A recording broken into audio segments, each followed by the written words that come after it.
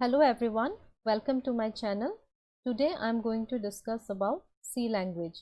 C language was introduced by Dennis Ritchie. Now coming to the characteristics, the first characteristic is that it is a high level language. So what is a high level language?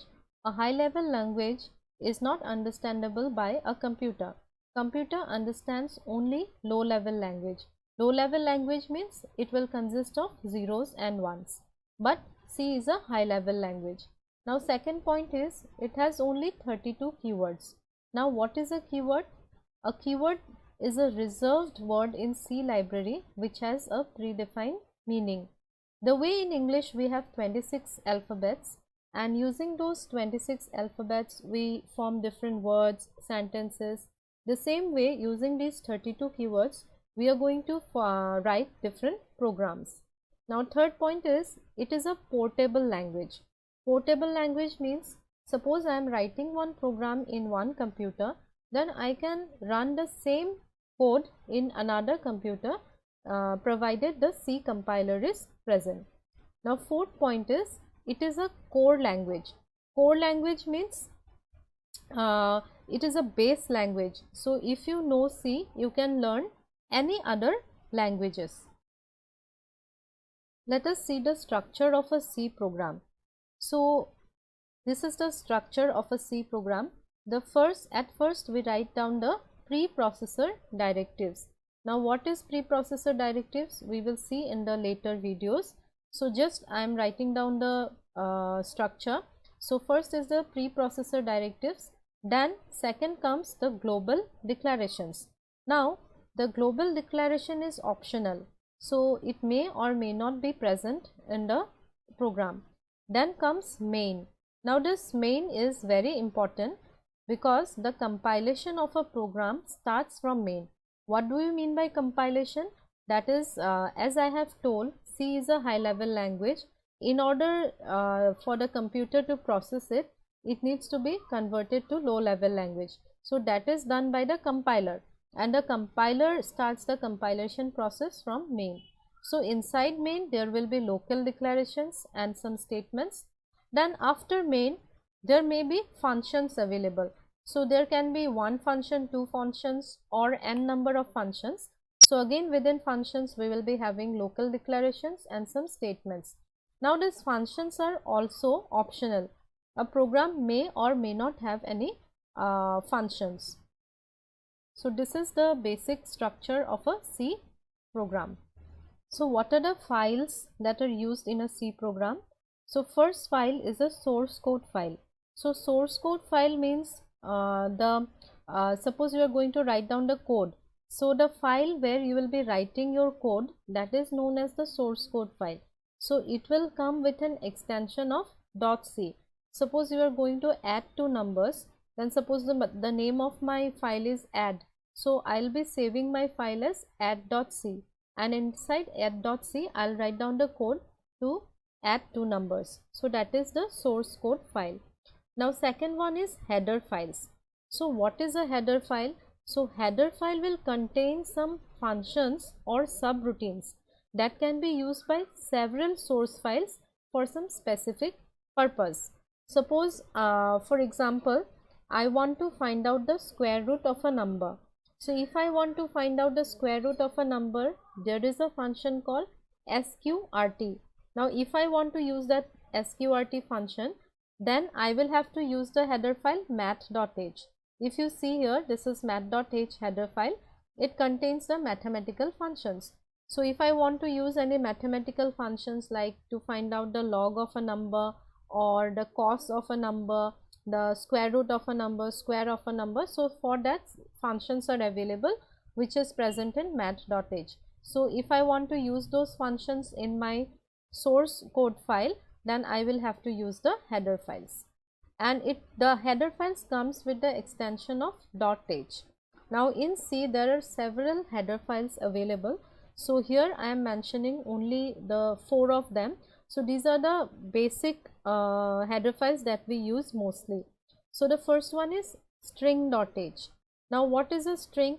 String means suppose for example consider this word header, HEADER. So it consists of characters. So this combination of array of characters or combination of characters is a string. Now this is one string, then files is another string. So if I want to combine these two strings into header files, a single word, so that is a string operation.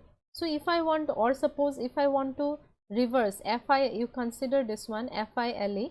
So if I want to reverse this word, it will be elif. So if I want to reverse a string or add two strings, so these types of operations, for these types of operations some functions are available, and if I want to use those string manipulation functions, then I will have to use the header file, which is string.h. So this is string.h for handling string handling functions.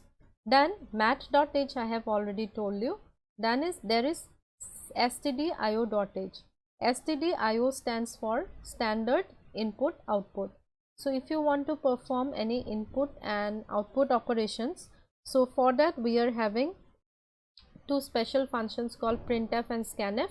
So if we want to use those functions, we will have to use this stdio.h. Then there is one more header file I have mentioned, which is conio.h. It is used for, so it is having some function called clr scr. So if I want to use that function, I will have to use the header file conio.h. So the third file is a object file. So as I have told, you will be writing the source code, your program in the source code file, and it will be written in high level language.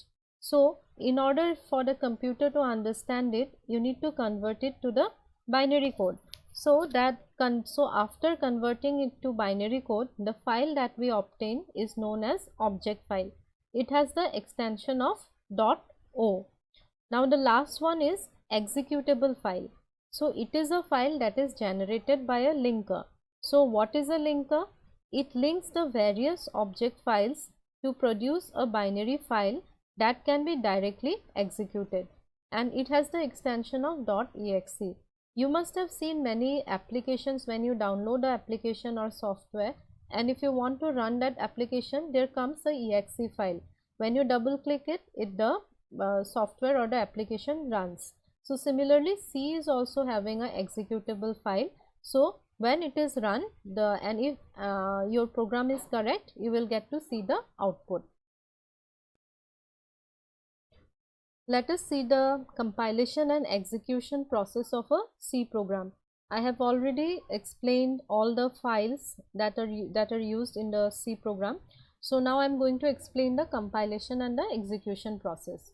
So here we are having the source code. The source code is the file where we are going to write down our code. Then this source code is written in high level language. Now it needs to be converted to the low level language consisting of binary, that is zeros and ones, and this task is performed by the compiler. So what is a compiler? It is a special program that converts high level source code to machine level language that the computer can understand. Now what are the examples of C compilers? So the examples of C compilers are CodeBlocks, TurboC, GCC, then DevC++, etc. So after the compiler converts the object files, the linker will link the various object files and library files. So after combining this, the linker produces the executable file, that is the .exe file. So if everything is correct, if your program is correct, then you will get to see the output. Now I am going to write down a small piece of program in C. So you see, this is I have already downloaded DevC++. I will double click here.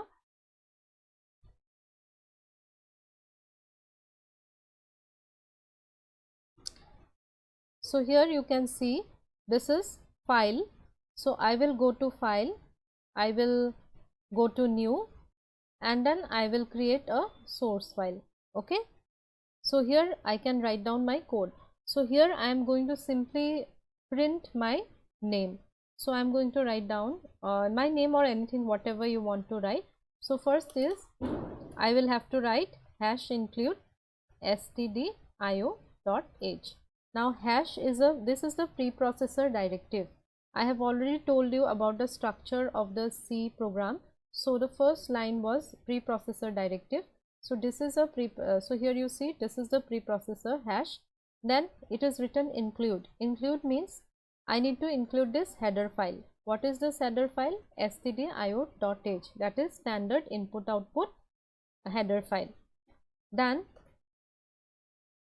I will write down main.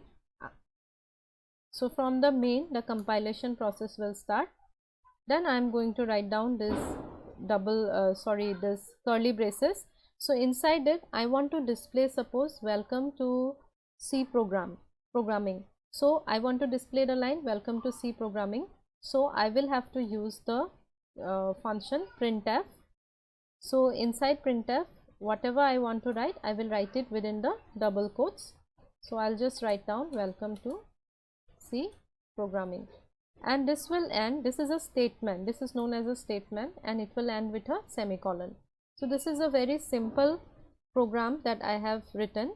So now if I want to run it, so before running it I will have to save it. So I'll go to file and write down save. So here I can give any name I want. Suppose I am giving it sample1 sample.c. Suppose I am giving the name sample.c. So here you can select the location where you want to save the programs. So my location is documents. So here I will be saving my programs.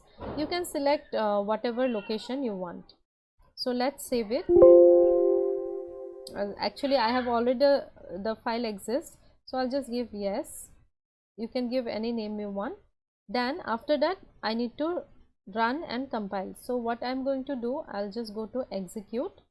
So you can first compile and then run, or you can either click here compile and run or press F11.